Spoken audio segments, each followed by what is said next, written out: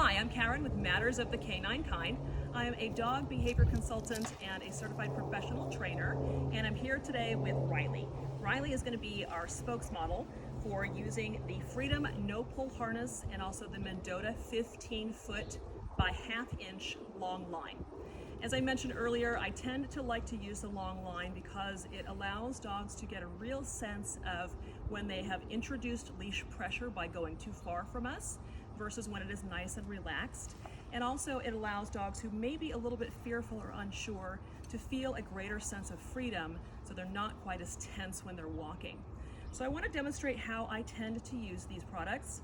And the first thing is that if I have a dog who may charge or lunge or pull hard, I will attach the leash to the chest loop right in the middle of the chest there. And that will tend to do the best job of curbing pulling. The Freedom harness is meant to be a training harness, meaning that once your dog has sort of developed better leash manners, then you could switch to a harness that is more like a Roman style, which would be just a strap going vertically as opposed to horizontally. That can slightly impinge free motion in the shoulder. But this works really well for training purposes. So I'm just going to show you how I use this leash, and I'm going to have Riley help me out here. Hi, buddy. So first thing I'm going to do is I'm going to show you how I hold the leash along with my clicker and manage the treats. So I have treats on my right today, which means I'm going to be dispensing food with my right hand, and I'm going to have the handle over my left wrist. I'm going to have the clicker, if I'm using it, between my thumb and forefinger, and then I'm going to take the base of the handle in my remaining 3 fingers. So I've got everything right here, nice and snug. I'm going to use this hand to gather up the leash, and I'm also going to use it to let the leash out and to keep it picked up off the ground so that he's not stepping over it, I'm not getting tripped on it, and that sort of thing. So let's go. Good boy. So as we're walking along together, I can be clicking Riley for checking in with me, and I can be allowing him the freedom to walk and sniff, or sniff if he wants to. And I have the ability to let the leash out and take it up as he does that. He's more interested in my treats right now, which is fine. So I'm just going to continue to move forward. He makes the choice to come with me. I click and I treat for that.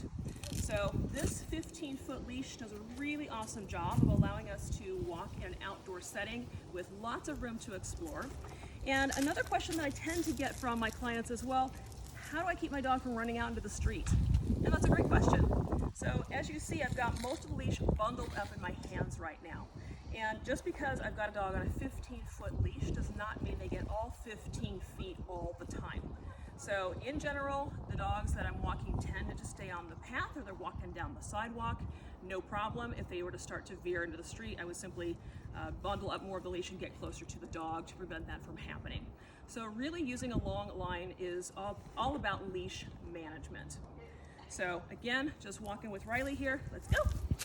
Good boy. As I click, I'm going to take the slap and put it in my clicker hand, so I've got a hand free to then reach and treat Riley. I put my hand back on the leash, so I've got a 2-hand default here, and that way if I need to stop him quickly, I can, but I've got good control with 2 hands versus just 1. So this is my default leash hand position, and anytime he checks in with me instead of the neighbors in their yard over there, I'm going to click and treat. I transfer the slack over, I reach, I reward, and I return to my 2 hands on. Do you have a dog who walks like a freight train? Mine used to do that. If that's the case, contact me. I'm Karen at Matters of the Canine Kind, and you can reach me through my website, which is mckdogs.com.